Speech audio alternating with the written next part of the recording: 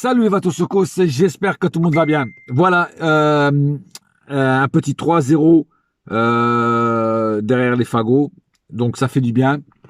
Mais avant de commencer mon débrief, je voudrais dédier cette vidéo et rendre un dernier hommage à mon ami d'enfance, à mon frérot qui nous a quittés vendredi. Qui était très connu dans le monde du hip-hop. Il s'agit de DJ Duke. Pour ceux qui connaissent, c'était le DJ du groupe Assassin avec Rocking SWAT. Et aussi, il a produit aussi beaucoup de rappeurs. Il a travaillé avec des rappeurs américains. Il a fait aussi son propre label, Street Trash Record.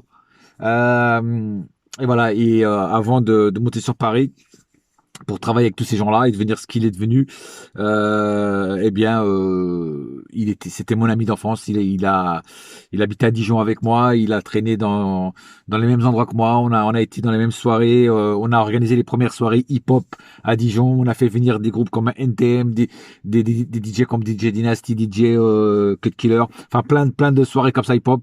On obligeait même les DJ de discothèque à mettre du rap à l'époque, dans les années 90, voilà. Et j'ai fait une petite publication sur mon profil Facebook. D'ailleurs, je tiens à remercier à tous les gens qui sont venus mettre un petit message pour lui rendre un dernier hommage. Merci à vous de l'avoir mis un message sous mes photos, les photos où je suis avec lui dans les années 90 sur Dijon. Voilà. En tout cas, repose en paix mon ami, et on se retrouvera bientôt un de ces jours là-haut pour faire des soirées hip-hop au paradis, et on retrouvera Tupac et Biggie. Voilà. Sur ce, je ne t'oublierai jamais mon frère. Voilà. Et cette vidéo est dédicacée à toi. Revenons maintenant au débrief. Alors, donc comme je disais, un bon petit match, beaucoup plus sérieux que les autres matchs que j'ai vus du Paris Saint-Germain. Une très bonne première mi-temps. Une deuxième mi-temps le niveau un peu plus bas, mais satisfaisante quand même. Voilà. Mais la première mi-temps, je l'ai trouvée très bien, très bonne. Pourquoi? Beaucoup de vitesse, beaucoup de percussion, très peu de déchets techniques, un PSG avec, des joueurs qui avaient envie de jouer, de gagner, et de montrer une autre image qu'on a depuis un moment, c'est-à-dire une mauvaise image. Là, ils ont voulu montrer un nouveau visage, et ça fait plaisir. Voilà, ça fait plaisir de voir. Donc, ça jouait en équipe, voilà, ça jouait en une touche de balle, et ça fait plaisir de revoir ce style de jeu, parce que c'est, voilà, ça fait longtemps qu'on n'avait pas vu ça. Par contre, ce qui ne change pas, c'est Tuchel, et ce qui ne change pas, c'est les compos à la Tuchel. Le mec qui nous met Florenzi en ailier droit, ça c'est complètement débile. Je te dis, bientôt il va nous mettre Navas comme attaquant ou comme numéro 9. Tu vois, je te dis franchement, hein, au train où ça va, je te dis franchement, c'est voilà. Donc ce qui change pas, c'est Tuchel. Voilà, Tuchel continue avec ses compos de merde, ses conneries de merde. Et voilà, et ça commence vraiment à me gonfler, mais d'une manière très grave, quoi. Voilà. Sinon, à part Tuchel, ça a été tout a été à peu près bien dans l'ensemble. Donc, on va passer au cas par cas tout de suite. Hein. Une dernière chose que je veux dire. Ce soir, Danilo n'était pas titulaire dès le début.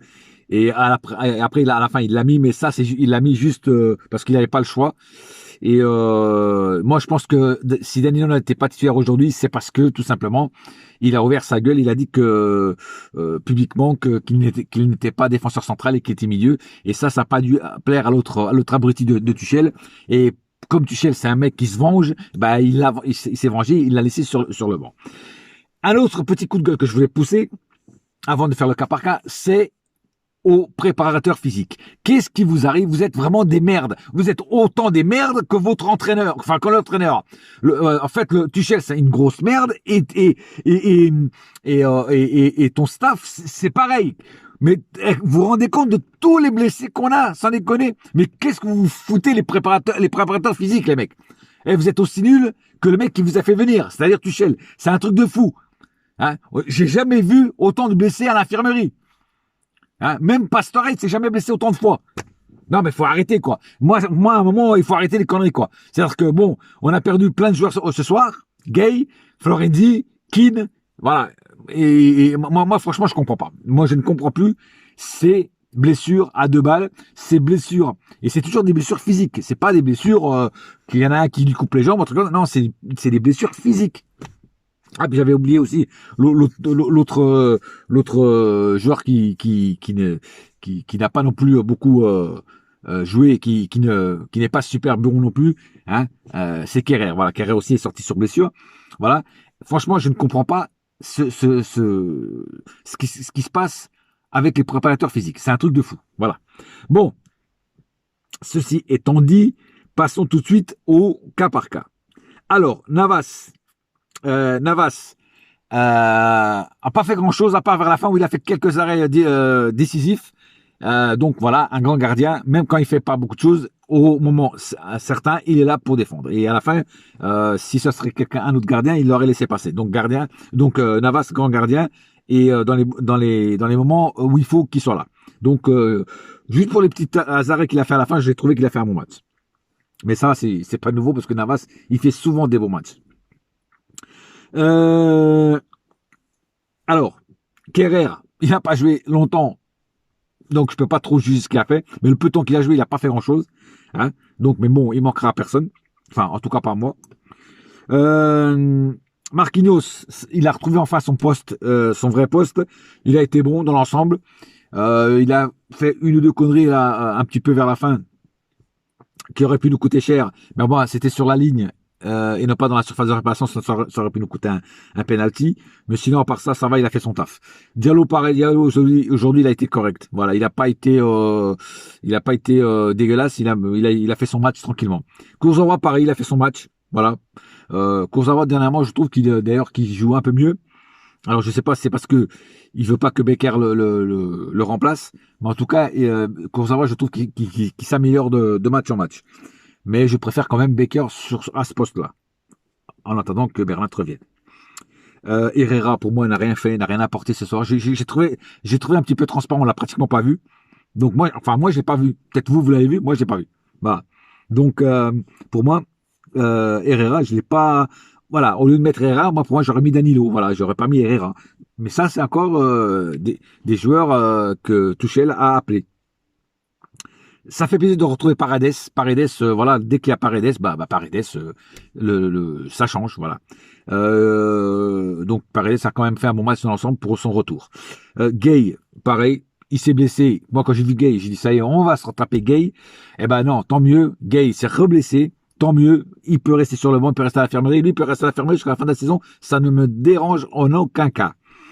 Et Rafinha est rentré. Dès que Rafinha est rentré, le jeu s'est accéléré. Voilà, un milieu offensif.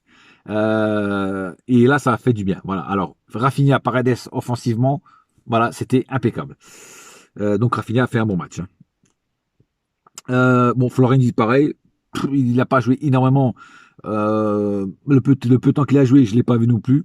Donc voilà, mais après c'est pas son poste, donc pas trop. Je vais pas parler de Florenzi vu que il a pas fait grand chose. Moïse Kean, excellent ce petit, excellent. Je vous le dis moi, excellent. Non seulement il ne marque un but, mais il a fait un énorme match. Encore une fois, avant sa sortie, qui apparemment n'est pas une blessure, mais c'est des crampes. Enfin moi c'est ce qu'on m'a dit, c'était des crampes. J'espère que c'est des crampes, parce que sinon ça sera encore un autre blessé. Mais sinon, durant le match, il a été extraordinaire, rapide. Il a une bonne vision du jeu, un bon dribbleur, mais qui en fait pas trop. Non, Moïse Kean, franchement, pour ceux qui disaient qu'au début, quand il est arrivé, que c'était un joueur qu'il fallait renvoyer en Angleterre, vous êtes vraiment des mecs qui comprennent rien au foot, parce que ce mec, il a un énorme potentiel. Et il a encore prouvé ce soir. Di Maria a fait un énorme match. Di Maria a fait un énorme match, un doublé déjà, donc les 2 buts. Et en plus, voilà, première mi-temps, il était en feu. Deuxième mi-temps, en début de deuxième mi-temps, il s'est un petit peu éteint. Et après, à la fin, boum, il a repris, il a marqué le deuxième but. Voilà, Di Maria, ce soir, voilà, franchement excellent. Rien à dire de Di Maria, quoi. Voilà, encore un très bon jeu. Une très bonne vision, et le tir qu'il fait sur le poteau, s'il aurait marqué le but, je vous dis franchement, ça aurait été un énorme but de Di Maria. Ça aurait été un très beau but, franchement. Voilà, les autres rentrées, je vais pas trop en parler parce que ça ne sert pas trop à grand chose. J'étais content quand même de voir Danilo à la fin rentrer et jouer à son vrai poste, même s'il a joué que 10 minutes et qu'on n'a pas eu le temps de voir vraiment ce qu'il vaut. Sinon, bon, Dagba, tout ça, bon, je vais pas trop en parler. C'est pas vraiment des rentrées qui ont apporté des choses bonnes ou des choses différentes au jeu du Paris Saint-Germain. Voilà. Pas plus à dire sur ce match. Voilà, un bon petit match qu'on a gagné haut la main, 3-0. On reste premier au classement général et ça fait du bien. Et là, maintenant, ça va être la trêve internationale.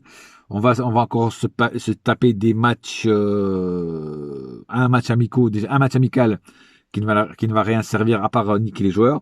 Et puis 2 matchs pour la Nation UEFA League. Voilà.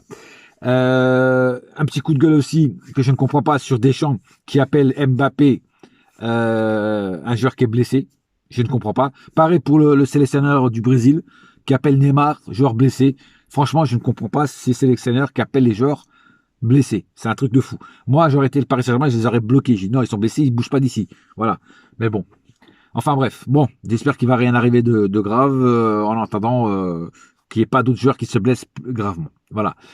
Sur ce, pas plus à dire sur ce match. On se retrouve après la trêve internationale. Et n'oubliez pas une chose, un seul cœur, un seul club, c'est Paris ma gueule. Yes my friend. Et la saga continue. Oui, allez, boya!